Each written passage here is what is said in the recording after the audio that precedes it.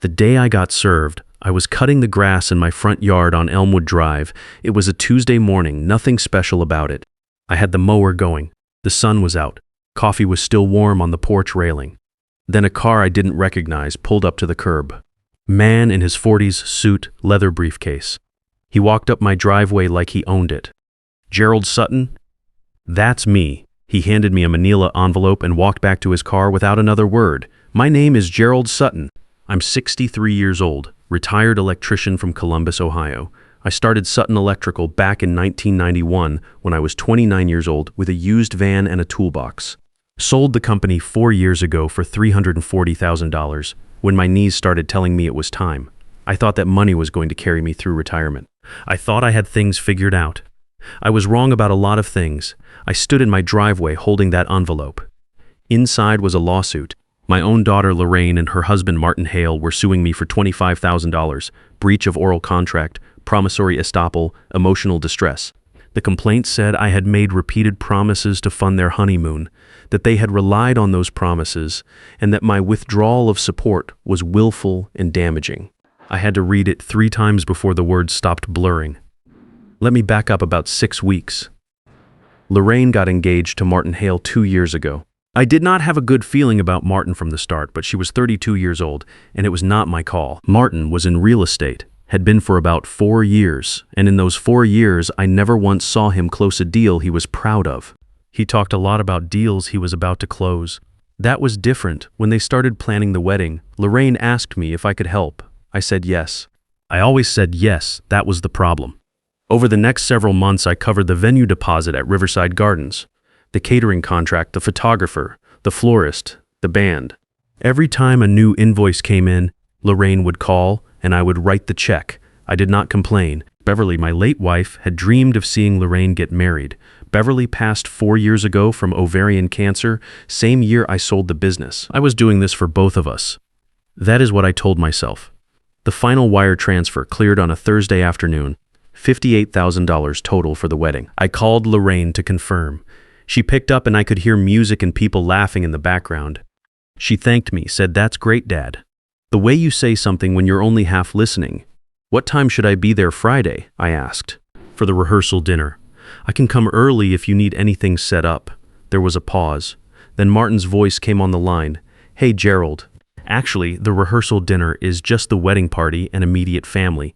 We're keeping it small. You know how it is." I stopped walking. "Martin, I'm her father." "That is about as immediate as it gets." Right. That patient voice, the one people use when they think you're not catching on. But it's really just the people in the ceremony itself. The wedding party, our parents who are walking Lorraine down the aisle. I'm walking her down the aisle.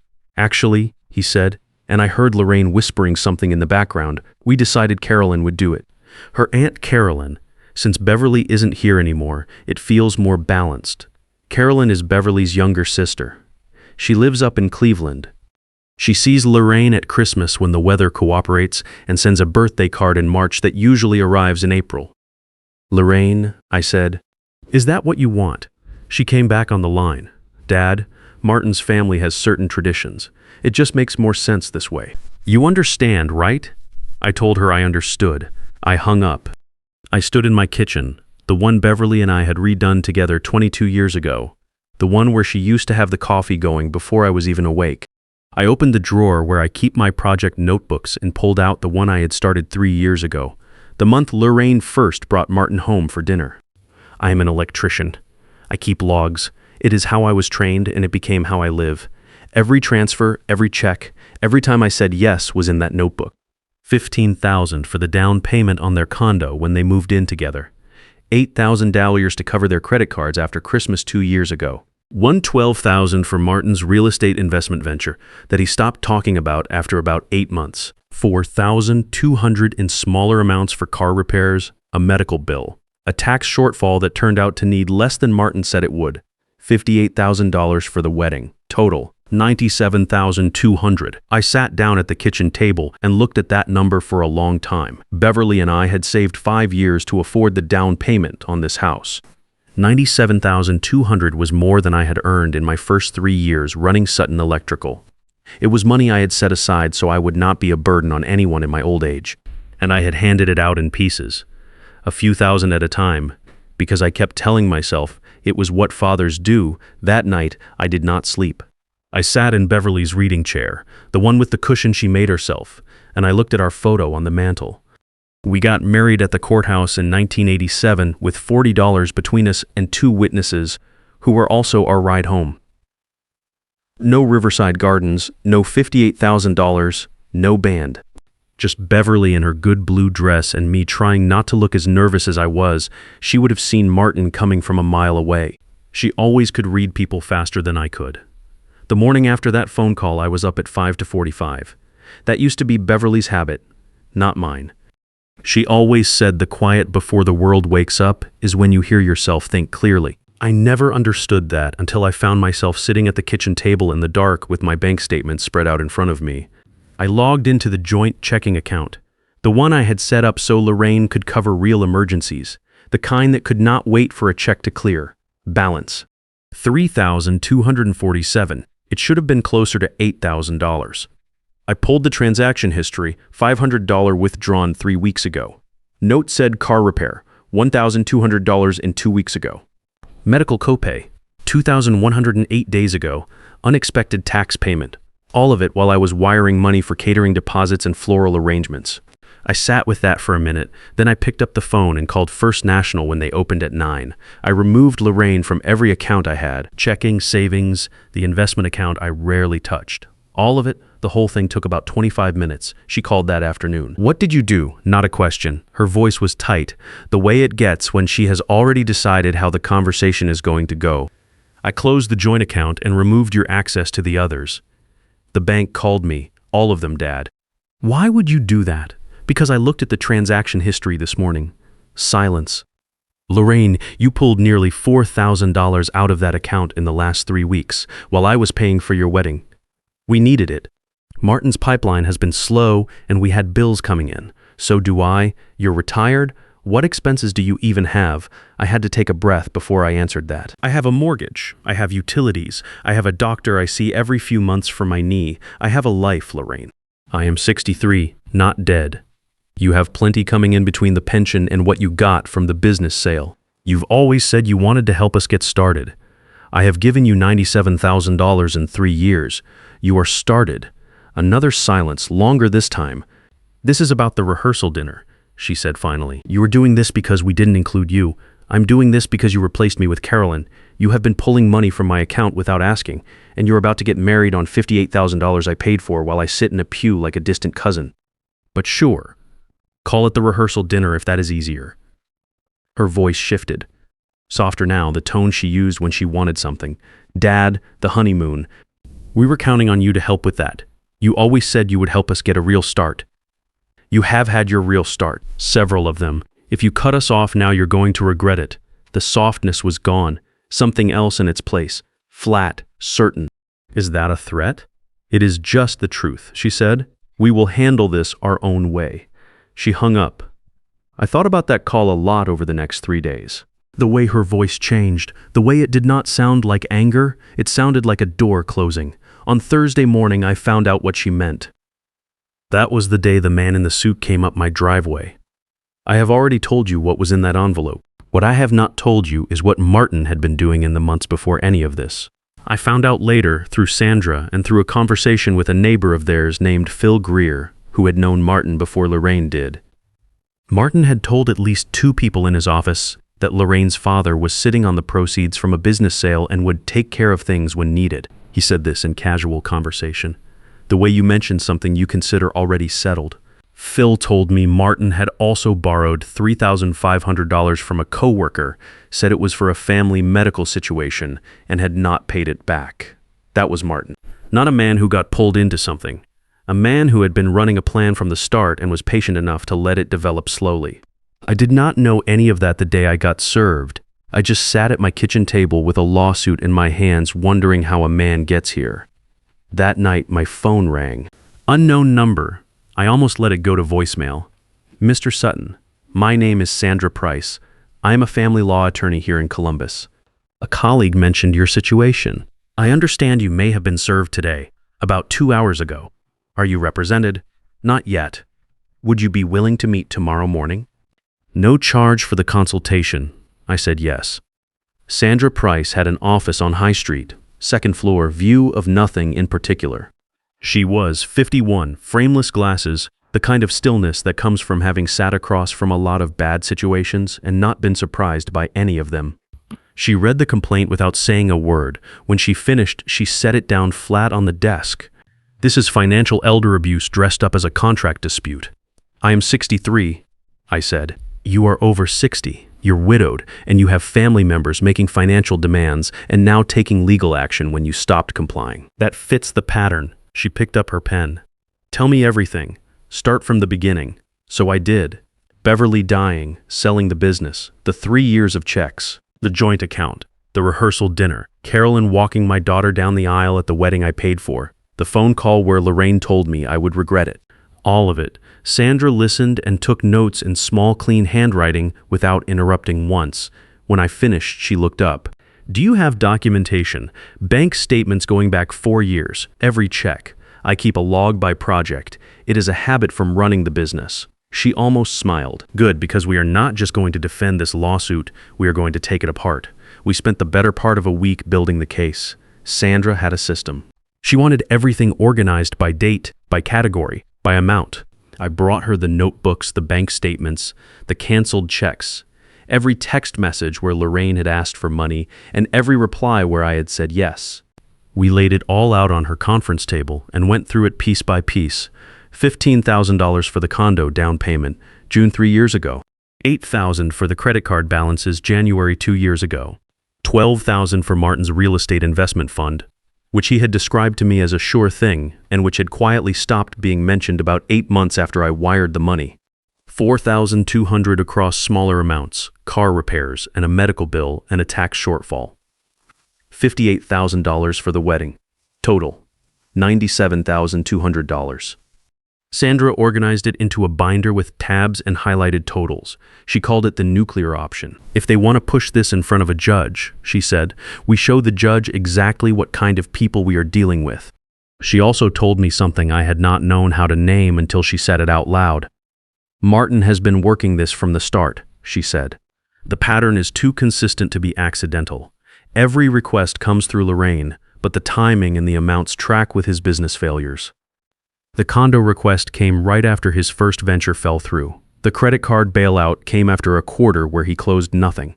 The $12,000 investment was his idea, and he knew going in it was not going to work. He needed the money out of you in a form that looked like family support, not a loan. I had suspected some of it. Hearing it said plainly was different. What do we do about the Phil Greer information? I asked. Phil had called me 2 days after I met with Sandra, said he felt like he should tell me what he knew. Martin had borrowed the $3,500 and krents and told Phil it was for a medical situation with Lorraine's father. Phil had only found out the truth when he saw an old post from Lorraine on social media saying her dad was doing great and had just come back from a fishing trip. Sandra made a note. We do not lead with that, but if they push this to a full hearing, Phil is a witness. It goes to Martin's character and his pattern of using family illness as cover for personal debt. We also talked about Lorraine coming to my house. That had happened on a Wednesday, about a week after I got served. I was in the front garden when her car pulled up. She got out wearing sunglasses, even though the sky was flat gray all the way to the horizon. We need to talk, she said. Anything related to the lawsuit goes through Sandra Price. I said, you have her number. This is not about the lawsuit. She crossed her arms. Martin and I have been talking. We think it would be better if you did not come to the wedding. I stood up and brushed the dirt off my knees. It is going to be uncomfortable, she said, with everything that is happening between us, the legal stuff, the accounts. We do not want that energy on our wedding day. I paid for the wedding, Lorraine, and we are grateful. But that does not mean you get to make it about yourself. I'm not making anything about myself. I just want to attend the wedding I've funded. She stepped a little closer. Martin's family has been saying for a long time that you use money to try to control our lives. I defended you every time, but I'm starting to think maybe they were right. I looked at her for a moment. She was 32 years old and she was standing in the yard where I had taught her to ride a bike. where Beverly and I had waved her off to her first day of kindergarten, and she was telling me that writing $97,000 in checks was an act of control. I have never tried to control you, I said. Then stop making this difficult. Do not come to the wedding, she said again. I will have your name taken off the list. She walked back to her car and drove away. I told Sandra about it the next morning. She was quiet for a second. That is actually helpful to us. How? Because now we have a pattern in writing and in witness. You funded the wedding in full. You were excluded from the rehearsal dinner. You were replaced in the ceremony. You were asked not to attend at all. And when you stopped the financial support, they filed suit. That sequence tells a very clear story to a judge. She pulled out a legal pad. Here's what is going to happen. Their lawyer is going to argue promissory estoppel. They need to prove you made a specific promise, that they reasonably relied on it, and that they were harmed when you pulled back. The problem for them is that you have already given them nearly $100,000. No court is going to look at that number and conclude you failed to support your daughter. What about the things I said? The emails. I know they have some of those. They do. I have seen the ones they plan to use. You said you wanted her to have the wedding of her dreams. You said you would help them get started. Those are expressions of intention, not binding contracts. And even if a judge wanted to stretch them into something enforceable, you have more than fulfilled any obligation they could attach to those words. She closed the legal pad. We are also going to counter for legal fees. And depending on how the judge reads the full picture, there may be a referral to Adult Protective Services for elder financial abuse review. I had not expected that last part. Is that likely? It depends on the judge, Sandra said, but the facts support it. You are 63, widowed, retired, and you have been systematically targeted for financial extraction by a family member over a 3-year period.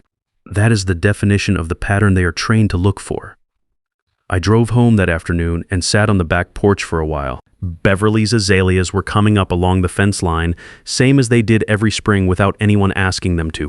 I thought about what Sandra had said about Martin working this from the start. I thought about the first time I met him, that dinner 3 years ago when Lorraine brought him to the house, and he spent most of the evening asking me questions about the business sale. I had thought he was just making conversation. The courtroom was nothing like the ones on TV. Small room, fluorescent lights, carpet the color of old mustard. Lorraine and Martin sat with their lawyer on one side of the aisle. I sat with Sandra on the other. Their lawyer was younger than I expected, mid-30s, the kind of confident that has not been tested enough yet to know what it actually costs. The judge was Patricia Osborne, late 50s, reading glasses on a chain, the look of someone who has heard every version of every story and is not moved by the packaging. She came in, sat down, and got straight to it. Lorraine's lawyer went first. He walked Judge Osborne through their argument with the kind of energy that mistakes volume for substance. Gerald Sutton had made repeated and specific promises to support his daughter and her husband. The couple had relied on those promises in planning their future. His withdrawal was abrupt, willful, and caused measurable harm. He presented the emails. He presented the voicemails. He presented text messages where I had said things like, "Don't worry, I have you covered, and I want you to have everything you deserve." Then Lorraine testified. She wore a pale gray dress and kept her hands folded in her lap. Her voice was steady at first, then caught a little when she talked about Beverly. She said I had always been her rock. She said after her mother died, I had promised to take care of her. She said she and Martin had booked flights and a resort for the honeymoon based on my word, and that when I pulled back without warning, they were left with commitments they could not meet. She looked at me near the end. I do not know what happened to my father. He became someone I do not recognize. Judge Osborne wrote something down and said nothing. Then Sandra stood up. She did not raise her voice once in the next 20 minutes. She opened the binder and walked the judge through 3 years of transactions, line by line, amount by amount, date by date. She did not editorialize. She just read the numbers. Your Honor, this is not a man who failed to support his daughter. This is a man who gave $97,220 over 36 months, was systematically excluded from the family events his money paid for, and when he finally said no, was sued within 2 weeks. She presented Phil Greer's written statement about the $300-500 Martin had borrowed using Gerald's fabricated illness as the reason. She laid out the timeline showing how each large request from Lorraine had followed directly on the heels of one of Martin's failed business ventures. Then I testified. I told Judge Osborne about the rehearsal dinner, about Carolyn, about the joint account withdrawals happening while I was wiring money for the wedding, about the phone call where Lorraine told me I would regret stopping, about being asked not to attend the wedding I had fully funded, about Martin at that first dinner 3 years ago asking me careful questions about the business sale and how much I had walked away with. Your Honor, I said, I would have given Lorraine anything she genuinely needed. I nearly did, but the moment I stopped, she sued me. And the man sitting next to her had been planning this since before I knew his last name. The room was quiet for a moment. Judge Osborne took her glasses off and set them on the bench. Let me make sure I understand, she said, looking at Lorraine's lawyer. Your clients received $58,000 for a wedding, $15,000 for a condominium down payment, $12,000 for a business venture that produced no return, and additional amounts totaling nearly $100,000 over 3 years. And they are now seeking $25,000 more because Mr. Sutton declined to fund their honeymoon. Your Honor, the verbal commitments were clearly established. Verbal expressions of support are not enforceable contracts, Judge Osborne said, particularly when the record shows the defendant has already provided financial assistance that exceeds any reasonable interpretation of those statements many times over. She looked at Lorraine and Martin directly. This court finds for the defendant on all claims. Case dismissed. Martin's jaw tightened. Lorraine looked at the table. Judge Osborne kept going. I am ordering the plaintiffs to pay the defendant's legal fees. I'm also noting for the record that the pattern presented here, repeated financial extraction from a widowed retiree followed by litigation when support was withdrawn, warrants a referral to Adult Protective Services for review. The gavel came down. In the hallway, Sandra shook my hand. Through the courtroom doors, I could see Lorraine and Martin in a tight, quiet argument. Their lawyer was already heading toward the elevator. I drove home, changed out of my good shirt, and went out to the back porch. 3 months later, I sold the house on Elmwood Drive. Too much square footage for one person, too many rooms that had stopped having a purpose. I moved into a condo on the west side with a view of the Scioto River. Beverly would have liked the light in the mornings. I joined a woodworking class at the West Side Community Center, Tuesday and Thursday evenings. I started volunteering at the branch library, reading to kids on Saturday afternoons. I drove up to Cleveland one weekend and spent 2 days with old crew from Sutton Electrical. We ate too much and laughed about being old, and it was exactly what I needed. I flew out to Denver to see my college roommate Paul, who I had not talked to in close to 15 years. We drank too much beer and complained about our knees and made plans we probably will not keep, and it did not matter. 4 months after the hearing, a letter came in the mail, Lorraine's handwriting on the envelope. She wrote that Martin had left 6 weeks after the trial, that he had found someone else once it became clear there was no more money coming. She said she was not writing to ask for anything or to try to come back into my life. She said her therapist had encouraged her to put some things into words. She said she understood now what she had done, not just the money, but the trust, the ceremony, the phone call, all of it. She said she was sorry. I read it twice, folded it carefully, put it in the desk drawer where I keep things I'm not ready to decide about yet. That evening, I stood on the condo balcony and watched the sun go down over the Scioto, orange and pink off the water. Beverly always stopped whatever she was doing to look at a sky like that. I raised my coffee cup. To her, to the version of myself it took me too long to find. My name is Gerald Sutton. I'm 63 years old, and for the first time in a long time, this life belongs to me. If any part of this story felt familiar, you're not alone. A lot of men in their 50s and 60s find themselves in the same position, giving and giving, because they believe that is what love looks like, and not realizing until too late that the people on the receiving end stopped seeing a father and started seeing a resource. That is not a failure of love. That is what happens when generosity has no floor. If someone in your life has made you feel like saying no is the same as stopping caring, that is worth paying attention to. You are allowed to protect what you built. You are allowed to say enough. And if you're sitting on a story like this one, drop it in the comments. You might be surprised how many men down here already know exactly what you went through.